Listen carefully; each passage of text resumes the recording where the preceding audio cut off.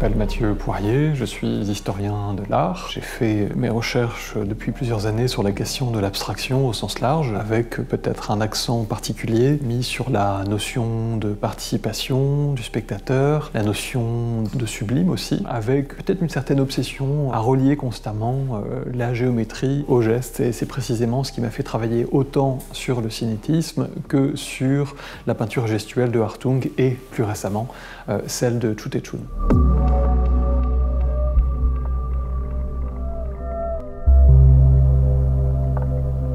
Chu Tae-chun a, je le pense, été mal compris. Il arrive à Paris en 1955, il a déjà 35 ans, après un parcours très tumultueux en Chine, où il a grandi. Il est né en 1920 dans une famille lettrée, amateur d'art, collectionneur, et il va suivre l'académie la plus pointue qu'on peut trouver à l'époque. Il va ensuite fuir la guerre sino-japonaise dans les territoires intérieurs de Chine. Il va ensuite devoir s'exiler à Taïwan. Il va enseigner pendant de nombreuses années avant de sauter le pas et de prendre un bateau pour Paris pour se confronter, pour s'immerger dans les avant-gardes occidentales au fond qui lui étaient finalement difficilement accessibles depuis l'Asie. Bien qu'il ait assimilé de façon extrêmement rapide toutes les avant-gardes qui évoluaient autour de Paris et de New York à l'époque, il a été intégré à un courant qui était finissant à l'époque, qui était celui de l'abstraction lyrique.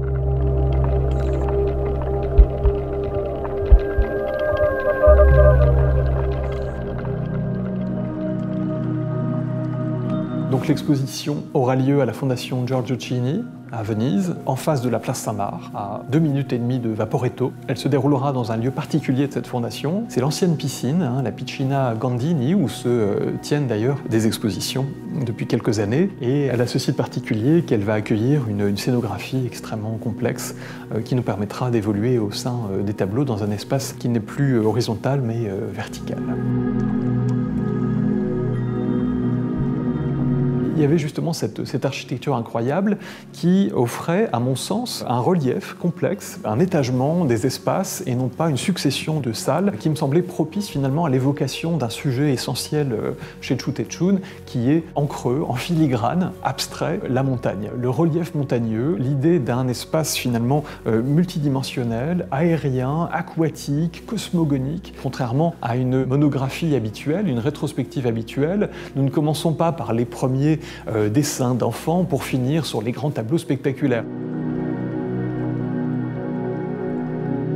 L'intérêt de ce parcours antéchronologique est au fond d'arriver dans l'espace, d'être confronté d'emblée au plus grand tableau, ce qu'il a produit à la fin de sa vie, dont le format était le reflet de son succès et de commandes gigantesques qui lui étaient passées, et à mesure que l'on descend, comme les anneaux de l'enfer de Dante, ou comme ces anneaux qui pourraient symboliser un travail presque psychanalytique de retour finalement aux origines, nous allons vers les tableaux des années 50 qui marquent les débuts de la définition de son style, de sa palette, de son trait, de sa logique. L'idée, c'est de placer le spectateur dans cette nébuleuse et en même temps avoir la possibilité de se rapprocher et de saisir visuellement chaque petit trait de pinceau, chaque petite ligne, chaque petit détail et comprendre à quel point le travail de Chu est un travail pictural lié au geste qui relève de l'art informel, de l'art tachiste, quelque chose lié profondément au geste et à la trace du pinceau, à une expression extrêmement puissante et évidemment chez lui quelque chose qui est de l'ordre du sfumato. C'est un peintre d'atmosphère. Alors, mais cette atmosphère peut être gazeuse, inaccessible au corps, mais aussi aquatique. On a quelque chose de finalement profondément impalpable qui refuse constamment la géométrie, l'angle droit, la ligne droite et au fond l'anticipation. Chaque tableau, tel qu'on le voit par exemple sur cet exemple, ne procède pas d'une étude préparatoire, il résulte d'une expression immédiate. Au travers de cette petite cinquantaine d'œuvres, qui est assez conséquente, notamment vu l'impact et le format de certains tableaux, l'essentiel était d'aller vers le caractère proprement pictural de sa pratique. Même si les œuvres sur papier peuvent être magnifiques et très réussies, il est très intéressant de voir aussi la façon dont Chu travaillait. Il a toujours travaillé la peinture à l'huile, appliquée au pinceau, mais une peinture à l'huile qu'il diluait particulièrement sur le modèle de l'aquarelle. Il y a quelque chose que je voulais rendre palpable dans l'exposition, c'était cette capacité à modeler la matière, une matière presque immatérielle, éthérée. C'est intéressant parce que ce sont des choses qui ne sautent pas aux yeux, mais qui m'ont semblé très importantes. C'est la façon dont cet espace n'est pas celui de la planéité.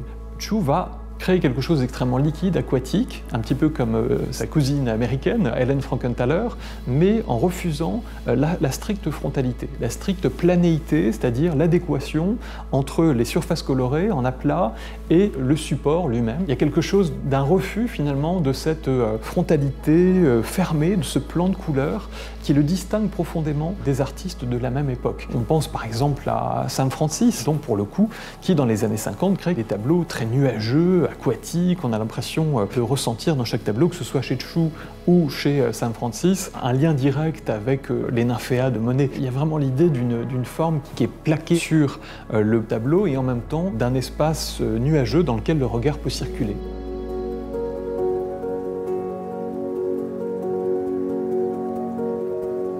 Le livre, qui est un livre de 240 pages aux éditions Gallimard, permettra finalement de développer toutes ces questions et ces mises en parallèle et comprendre le double ancrage culturel de cet artiste qui va regarder aussi bien les avant-gardes occidentales, ce qui est tout à fait fondamental, que se référer à une sensation, à des sentiments, comme une réminiscence des paysages, cet Éden chinois perdu. Il faut lier ça absolument à sa biographie, sa vie est très tourmentée jusqu'à 55. C'est quelqu'un qui arrive à Paris sans rien au fond, et donc qui sera d'une certaine façon habité par le drame et qui va le transcrire dans sa peinture. Ce double ancrage est fondamental et encore une fois ce rapport aussi à l'espace, au signe, qui est en l'occurrence chez Chu un signe libéré de la signification.